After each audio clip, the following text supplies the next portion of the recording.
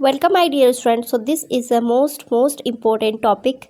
This topic is a positivism. ठीक है, या इसको पॉजिटिविस्ट के नाम से भी जाना जाता है.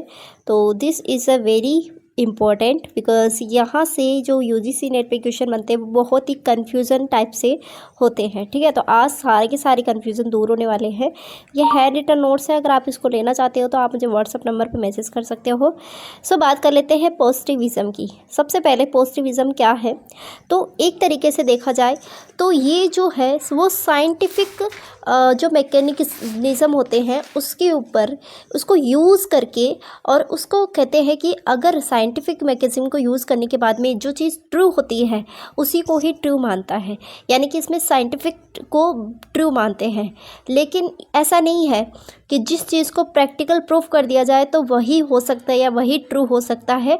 तो पहली बात तो ये कि इसके अंदर क्या बोला गया है कि जो टेक्निक यूज़ करके, साइंटिफिक टेक्निक यूज़ करके इसके अंदर जो साइंटिफिक ट्रू एंड फॉल्स बता दिया जाता है उसी को इसमें सत्य मान लिया जाता है. लेकिन यहाँ पर इसका मतलब ये है कि this approach is based on the technical use to study basic और नेचुरल साइंस. मतलब कि ये साइंस के ऊपर बेस्ड है पूरी. ठीक है, साइंस ने अगर बता दिया कि ये चीज़ ट्रू है तो ट्रू है, फॉल्स है तो फॉल्स है. लेकिन इसका जो दूसरा टाइप पढ़ेंगे या दूसरा इसका जो पोस्ट पॉजिटिविज्म पढ़ेंगे उसके अंदर ऐसा नहीं कहा गया है. ठीक है, this follows methodological principle of empirical observation. देखो मेरी थोड़ी तबीयत ख़राब है तो आप समझ सकते हो.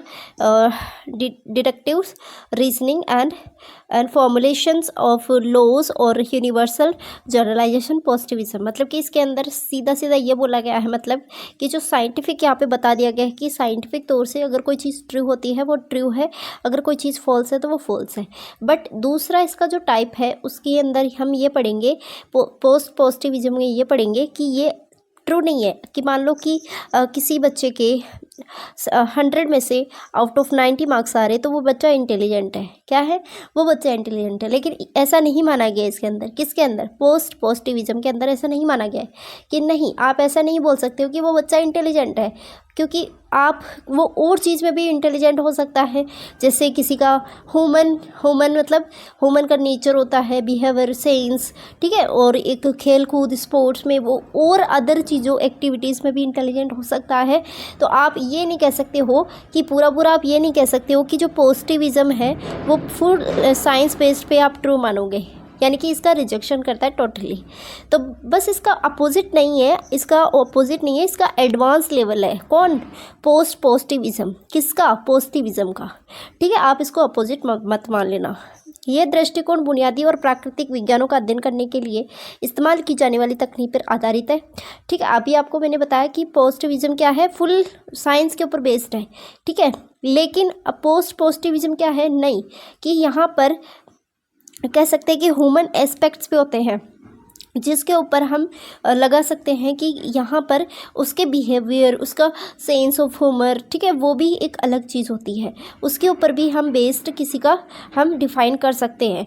लेकिन अब यहाँ पे पूरे तरीके से एक चीज़ निकल के आई, उसका नाम है क्रिटिकल रियलिटी. मतलब क्रिटिकल रियलिटी में बिल्कुल अपोजिट है.